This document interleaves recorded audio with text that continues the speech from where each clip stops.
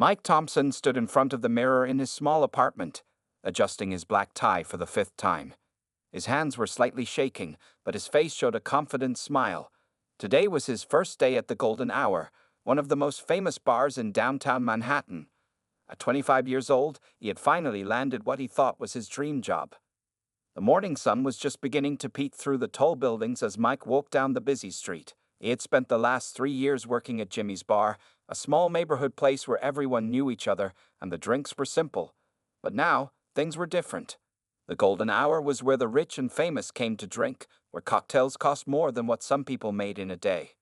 As Mike approached the elegant building, he saw his reflection in the shiny glass doors. His new black shirt was perfectly ironed, and his shoes were so clean he could see his face in them. He had spent his last paycheck on these clothes, but he didn't care. He wanted to look perfect. "You must be Mike, the new bartender," said John, the bar manager, as Mike walked in. John was a tall man in his 40s, wearing an expensive suit that made Mike's new clothes look cheap. "Yes, sir," Mike replied, trying to sound as professional as possible. The bar was beautiful. The walls were covered in dark wood, and golden lights hummed from the ceiling like stars.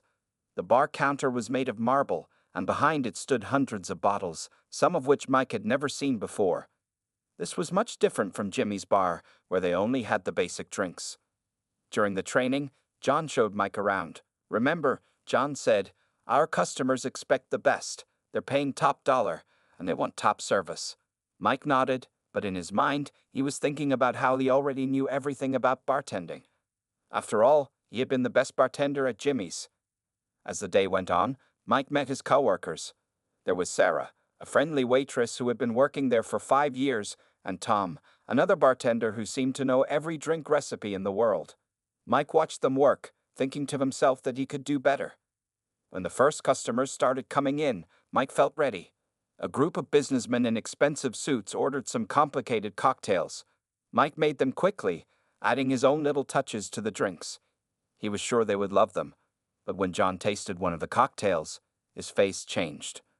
"Mike, these aren't made according to our recipes," John said quietly. "Our customers expect consistency. You need to follow the exact measurements." Mike felt his face get hot. At Jimmy's, everyone loved when he added his own style to the drinks. But this wasn't Jimmy's. As the evening continued, Mike made more mistakes. He forgot which glass went with which drink, and some customers had to wait longer than they should have. Still, Mike kept telling himself that he knew better. He had been making drinks for years after all. At the end of his first shift, Mike sat in the empty bar while John gave him feedback. "You got potential, Mike," John said, "but you need to forget everything you think you know. The Golden Hour is different. Our standards are higher." Mike nodded, but inside, he was frustrated. He didn't understand why he had to change his style. He had always been praised for his work before. As he walked home that night, the city lights reflecting in the puddles from an earlier rain, Mike decided that he would show them all. He would do things his way, and they would see that he was right. Little did Mike know that his attitude would soon lead to the biggest lesson of his life. His journey at the Golden Hour was just beginning, and the path ahead would be very different from what he imagined. But for now, he walked home, dreaming of becoming the star bartender he believed he already was, unaware that his greatest challenge wouldn't be learning new drink recipes, but learning about himself. 3 weeks had passed since Mike's first day at the Golden Hour, and he was starting to feel more comfortable, maybe too comfortable. The initial nervousness had been replaced by a swagger that made some of his coworkers shake their heads. Mike didn't care.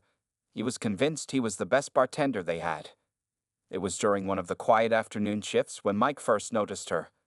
The woman walked in wearing simple clothes, plain black pants and a blue sweater that looked like it came from a regular store, not the fancy boutiques their usual customers visited. She sat at the far end of the bar, pulled out a book, and waited patiently. Mike was busy arranging bottles, deliberately taking his time before approaching her. In his mind, afternoon customers, especially ones who didn't look wealthy, weren't as important as the evening crowd. When he finally walked over, he didn't offer his usual smile. "What can I get you?" he asked, his tone flat. The woman looked up from her book with kind eyes. "Just a glass of house red wine, please," she said softly. Mike barely nodded before walking away, thinking to himself how these kinds of customers were a waste of his talents. As the days went by, the woman became a regular.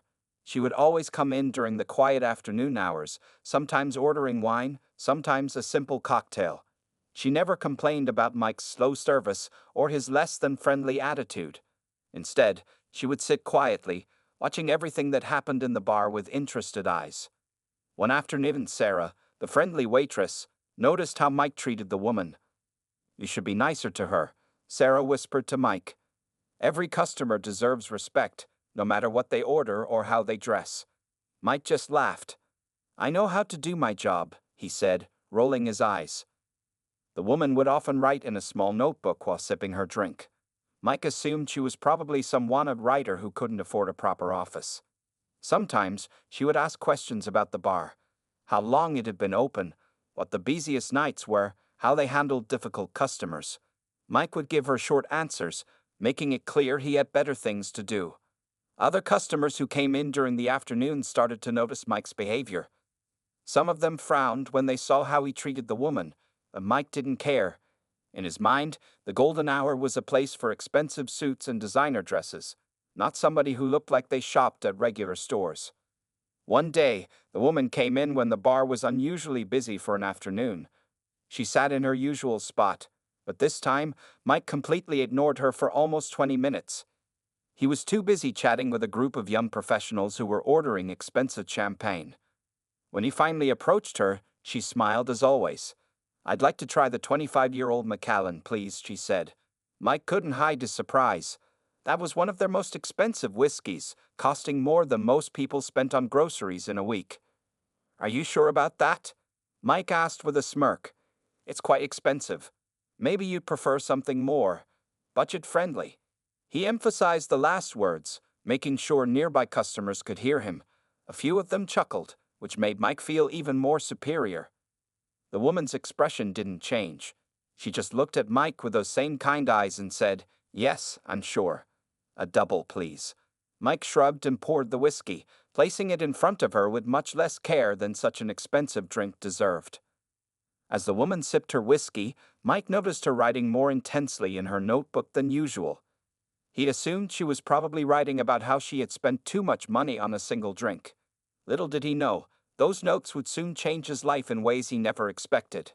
The afternoon continued, and Mike went back to serving other customers, completely unaware that his actions were about to catch up with him. Tomorrow would bring a surprise that would make him regret every smirk, every delayed service, and every condescending comment he had directed at the quiet woman in the blue sweater. The evening that would change Mike's life forever started like any other at the golden hour. The bar was packed with its usual crowd of well-dressed professionals, and the air was filled with the sound of laughter and clinking glasses. Mike was in his element, showing off his cocktail-making skills to anyone who would watch. Tonight was especially busy because a group of important business people had reserved half the bar for a celebration. They were all wearing expensive suits and dresses that probably cost more than Mike made in a month. These were the kinds of customers Mike loved to serve, the ones who ordered expensive drinks and left big tips. The quiet woman in her usual blue sweater came in around 7 p.m., much later than her normal afternoon visits. Mike noticed her looking around for a seat, but he pretended not to see her. The bar was full of important customers, and he didn't want her simple presence to bring down the atmosphere he had worked so hard to create. After standing for 10 minutes, the woman finally found an empty seat at the corner of the bar. She sat down and waited patiently while Mike served everyone else around her. He made sure to serve 3 other customers who had arrived after her, throwing occasional glances her way to make sure she noticed. "Excuse me," she finally called out politely. Mike took his time finishing a conversation with a businessman about golf before walking over to her. "Yes?" he asked, not bothering to hide his annoyance at being interrupted. "I'd like to order the Royal Century blend, please," she said. The Royal Century was their most expensive whiskey, kept in a special glass case behind the bar. It cost more than $1,000 per glass. Mike's eyebrows shot up, and he couldn't help but let out a short, mocking laugh. "I'm sorry," he said, not sounding sorry at all, "but I don't think you understand. The Royal Century is our premium whiskey. One glass costs $1,200. He spoke slowly and loudly, as if talking to someone who couldn't understand English properly. Several nearby customers turned to watch the scene. The woman smiled calmly. "Yes, I know. I'd like a double, please."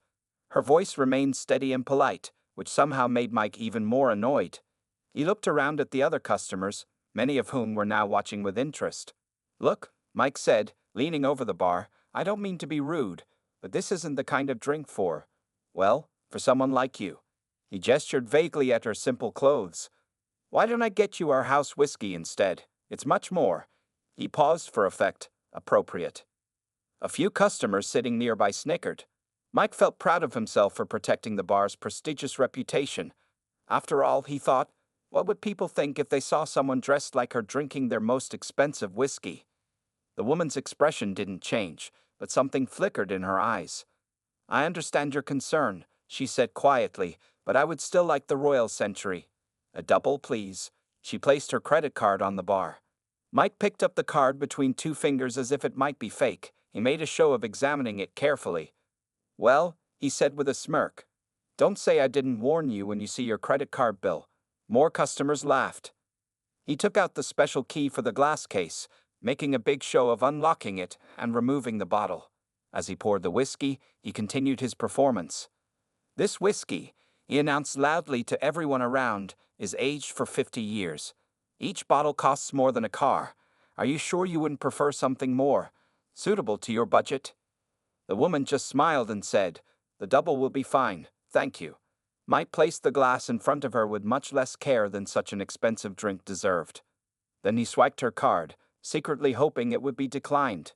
To his surprise, the payment went through. But Mike wasn't finished yet. He turned to the businessman sitting nearby and said loudly enough for everyone to hear, "Some people just don't know their place, right?" The businessman looked uncomfortable and turned away, but Mike didn't notice. He was too busy enjoying what he thought was a moment of triumph.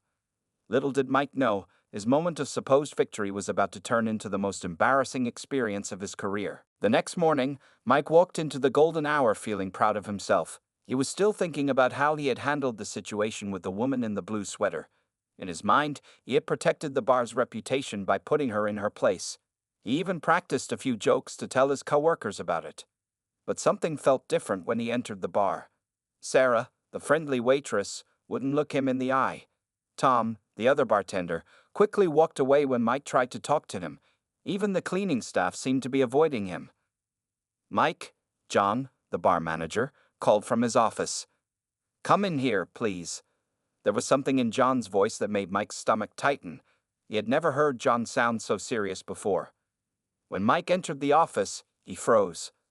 Sitting in one of the chairs was the woman from last night, still wearing simple clothes. But she wasn't alone. Next to her sat a man in an expensive suit whom Mike recognized as Mr. Peterson, the regional director of all luxury bars in the city. "Please sit down, Mike," John said quietly. Mike's legs felt like jelly as he lowered himself into the empty chair. The woman looked at him with the same kind eyes as always, but now there was something else in them: authority. "Mike," Mr. Peterson began, "I'd like to introduce you to someone." He gestured to the woman. "This is Sarah Chen, the owner of the Golden Hour and 30 other luxury bars across the country. She's also my boss." The words hit Mike like a bucket of ice water. His face went pale, and he felt his hands start to shake. The woman, Miss Chen, was the owner. The person he had been treating with contempt for weeks owned not just this bar, but dozens of others. "Miss Chen has been visiting all her bars personally," Mr. Peterson continued. "She likes to see how they operate when staff don't know who she is. She's especially interested in how employees treat customers who don't look wealthy." Mike felt sick. Every smirk, every delayed service, every condescending comment he had made came rushing back to his memory. He remembered how he had embarrassed her in front of everyone just last night. Mike started to speak, but his mouth was too dry. Miss Chen raised her hand gently to stop him. "Last night," she said softly, "was not the first time you judged a customer by their appearance, was it, Mike?" Her voice wasn't angry, which somehow made it worse. "I've been watching you for weeks. I've seen how you treat people who don't meet your standards of wealth or style." Tears of shame started to form in Mike's eyes.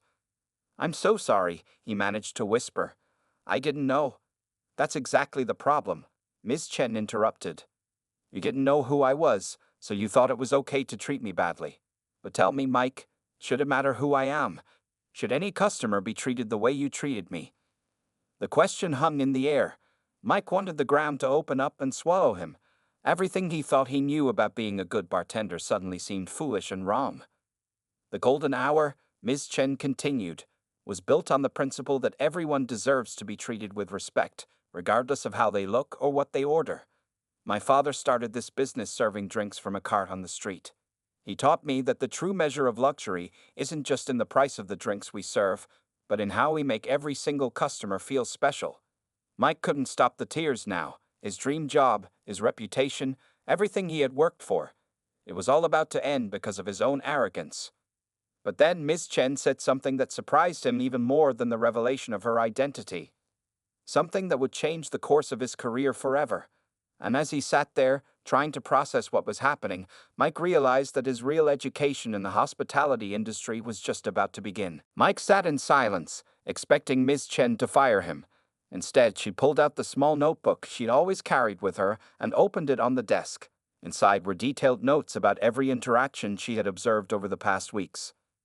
"You're probably wondering why I haven't fired you yet," Ms. Chen said, her voice remaining gentle.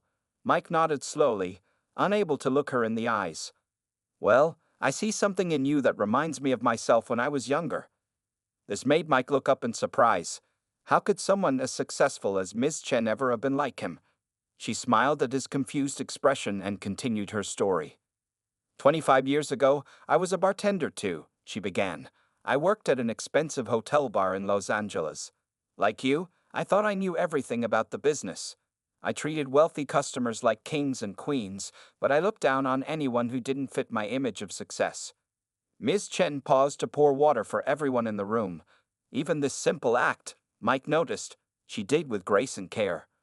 "One day," she continued, "an old man in worn-out clothes came to my bar.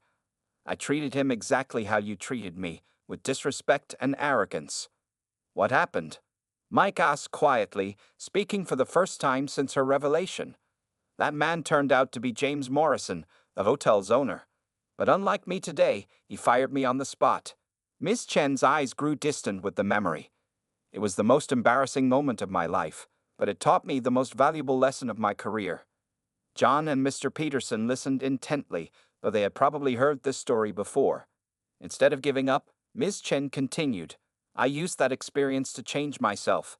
I started from the bottom again, this time at a small street bar. I learned to treat every customer like they were the owner, not because they might be, but because everyone deserves respect." She turned to her notebook again. "Mike, I've watched you work. You have skills. Your drink making is excellent, and when you want to be, you can be very charming. But you use these talents selectively, only for people you think are worthy." Mike felt fresh shame wash over him, but Miss Chen wasn't finished. "I'm going to offer you a choice," she said. "Option 1. You can leave today with a recommendation letter for another bar. I won't mention this incident." Mike held his breath, waiting for option 2. Or, Ms. Chen continued, "You can stay and learn, really learn, not just about making drinks, but about treating people with dignity. It won't be easy, and you'll have to start by earning back the respect of your colleagues." "I want to learn," Mike said immediately, his voice cracking. "Please, give me a chance to prove I can be better." Ms. Chen smiled, but her eyes remained serious. "It will mean starting over in many ways. You'll need to work different shifts at different locations. You'll learn every position, from cleaning glasses to serving tables. Most importantly, you'll learn why every person who walks through our doors deserves the same level of respect." For the first time that morning, Mike felt a glimmer of hope. "I'll do anything," he said. "I want to learn from my mistakes." "Good," Miss Chen said, closing her notebook. "Because starting tomorrow, you'll be working alongside our staff at our busiest location in Times Square. For the next month, you'll be a barback, not a bartender. You'll clean tables, wash dishes, and support the other staff." Instead of feeling disappointed about the demotion, Mike felt relieved. He was being given a second chance, one he knew he didn't deserve. As he left the office that day, he realized this wasn't the end of his career at the Golden Hour. It was the real beginning. Mike's first day at the Times Square location of the Golden Hour started at 6 a.m. The early morning light was just beginning to touch the tall buildings as he walked through the employee entrance. His expensive bartender clothes were replaced by simple black pants and a plain work shirt. Carlos, the morning supervisor, greeted him with a stern face. "Miss Chen called about you," he said. "Today you'll learn what happens behind the scenes before the bar even opens." He handed Mike a mop and bucket. "Start with the floors." For the next 3 hours, Mike cleaned every inch of the floor. His arms ached, and his back was sore, but he didn't complain. He thought about all the times he had looked down on the cleaning staff at his old location, never bothering to learn their names. As he worked, Mike watched the morning team arrive. Maria, the 60-year-old cleaning lady, showed him how to properly polish the glasses so they sparkled under the lights. Each glass, she told him in her gentle voice, is like a small piece of art. When customers drink from them, they should feel special. By noon, Mike's hands were rough from washing dishes and carrying heavy boxes of supplies. During his break, he sat with the kitchen staff, learning their names and stories. He discovered that Puon, the dishwasher, was putting himself through medical school. Mike felt ashamed remembering how he used to snap at the kitchen staff when orders were slow. The afternoon brought a new challenge. A delivery truck arrived with boxes of expensive liquor. These bottles cost more than what most of us make in a month, Carlos said as they carefully unloaded the truck. But the people who deliver them, who stock them, who clean them, they're just as important as the bartenders who pour them. Mike nodded, understanding the lesson. Every bottle he placed on the shelf represented the hard work of dozens of people he had never thought about before. The pristine bar he used to show off at wasn't just his creation, it was the result of everyone's effort. As the evening crowd began to arrive, Mike experienced the bar from a completely different perspective. Instead of standing behind the counter making fancy drinks, he was clearing tables, replacing napkins, and running back and forth to the kitchen. He saw how hard the servers worked, how they remembered every customer's preferences, and how they stayed polite even when people were rude. Around midnight, an angry customer spilled a drink on purpose, demanding attention. In his old life, Mike would have judged the servers for not handling it faster. Now, he was the one on his knees cleaning up the mess, while the server calmly handled the situation with a smile. "You're doing good, kid," Carlos said at the end of the shift. It was 3 a.m., and Mike's whole body ached. "Most people with your background wouldn't last a day doing this work." He handed Mike a cup of coffee. "Miss Chen was right about you." Mike looked surprised. "What do you mean?" Carlos smiled for the first time that day. "She said you've had potential, but first you needed to learn what real service means. It's not about making fancy drinks or impressing rich people. It's about making everyone feel valued, including your coworkers."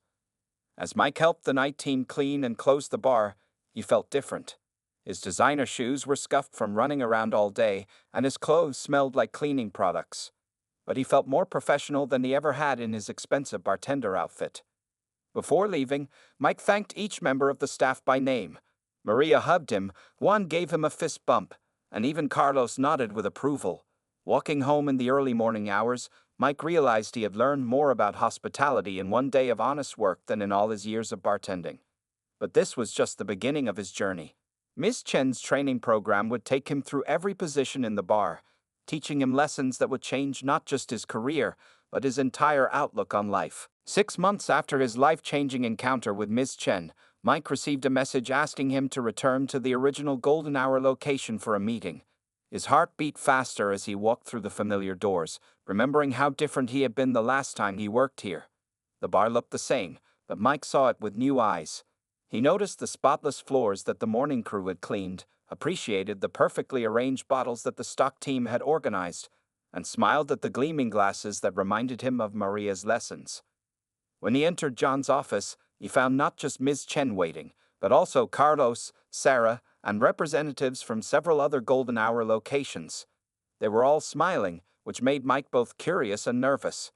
"Mike," Ms. Chen began, "do you remember what I told you 6 months ago about why I didn't fire you?"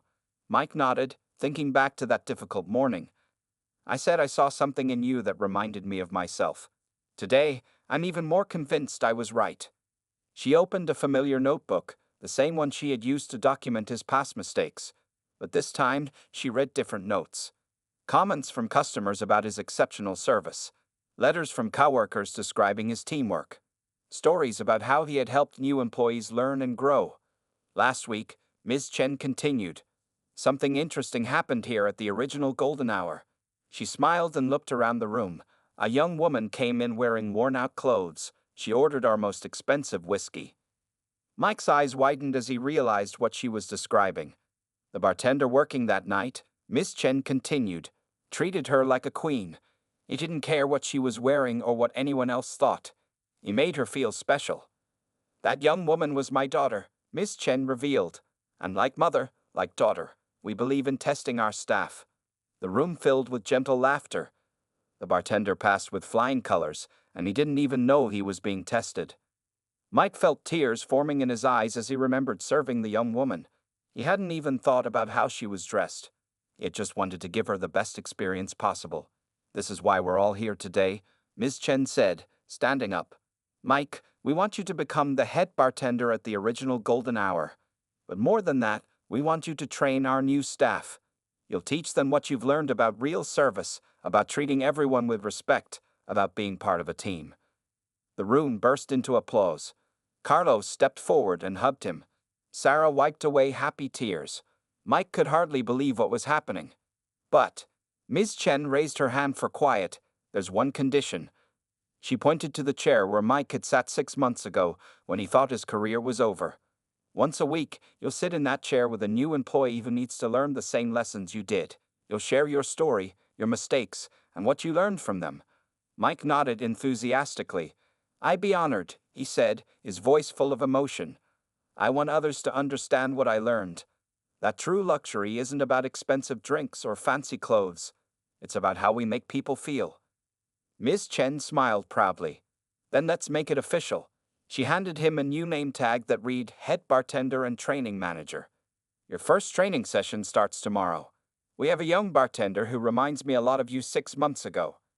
As Mike left the office that day, he stopped at the bar and looked at his reflection in the mirror behind the bottles. He saw someone very different from the arrogant young man who had stood there half a year ago. The expensive clothes and superior attitude were gone. In their place was something much more valuable: wisdom, humility, and genuine pride in being part of something bigger than himself. That evening, as the golden hour prepared to open, Mike polished a glass the way Maria had taught him, helped the cleaning staff the way Carlos had shown him, and welcomed the first customers with the warmth and respect that Ms. Chen had inspired in him.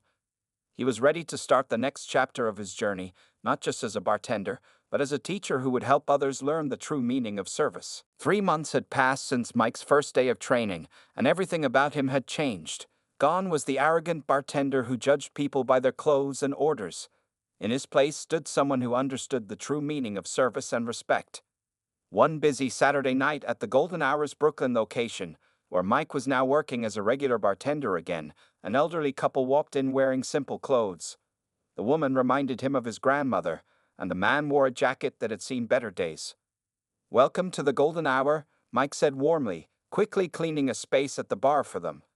Some of the wealthy regulars looked disapproving, but Mike didn't care. He had learned that real class had nothing to do with expensive clothes or fancy drinks. It's our 50th anniversary, the old man said shyly. We'd never been to such a fancy place, but our grandchildren gave us a gift card. His wife looked nervous, clutching her old purse tightly. Mike smiled genuinely. Then we have to make this special. He noticed other customers trying to get his attention, including a group of executives who were known for leaving large tips. But Mike stayed focused on the elderly couple, taking time to explain the menu and make them feel comfortable. Maybe we should just get something simple, the woman said, worried about the prices. Mike remembered how he would have treated them 3 months ago, and his heart ached with shame. Let me create something special for you, he said. Do you trust me? They nodded, and Mike began preparing 2 drinks with the same care he would use for a $1,000 order. He decorated them beautifully, adding a small flower he kept for special occasions. When he presented the drinks, the couple's eyes lit up. These are on the house, Mike said quietly. Happy anniversary. The woman had tears in her eyes, and the man's hands trembled as he raised his glass. Other staff members noticed Mike's interaction with the couple. Sarah, who was now working at this location too, smiled proudly. She had watched Mike's transformation over the months, seeing how he had changed from someone who chased tips to someone who genuinely cared about making every customer's experience special. Later that night, A group of young people came in wearing t-shirts and jeans. 3 months ago, Mike would have ignored them, assuming they couldn't afford expensive drinks. Now, he welcomed them warmly, learning that they were celebrating their college graduation. "But we can only afford one drink each," one of them admitted embarrassedly. Mike nodded understandingly and proceeded to make their simple drinks with the same attention he gave to the most expensive orders. When a customer at the other end of the bar made a rude comment about letting anyone in these days, Mike responded professionally. "The golden hour welcomes everyone," he said firmly but politely. "That's what makes us special." Near closing time, Mike received a surprise visit from Carlos, his first trainer from Times Square. Carlos sat quietly at the bar, watching Mike work. He saw how Mike treated the cleaning staff with respect, helping them when he could. He noticed how Mike remembered regular customers' names and stories, regardless of how much they spent. "Miss Chen was right about you," Carlos said when the bar was closing. "You become what this place is all about." Mike felt proud, but not in the arrogant way he used to. This was a different kind of pride, the satisfaction of knowing he was making a positive difference in people's lives. As Mike cleaned the bar that night, he thought about his journey. Every glass he polished reminded him of Maria's lessons. Each bottle he arranged reminded him of the teamwork Carlos had taught him. The guest book filled with happy comments reminded him of every customer who had helped him learn and grow. The golden hour had changed him, not just as a bartender, but as a person, and his transformation was about to earn him a recognition he never expected.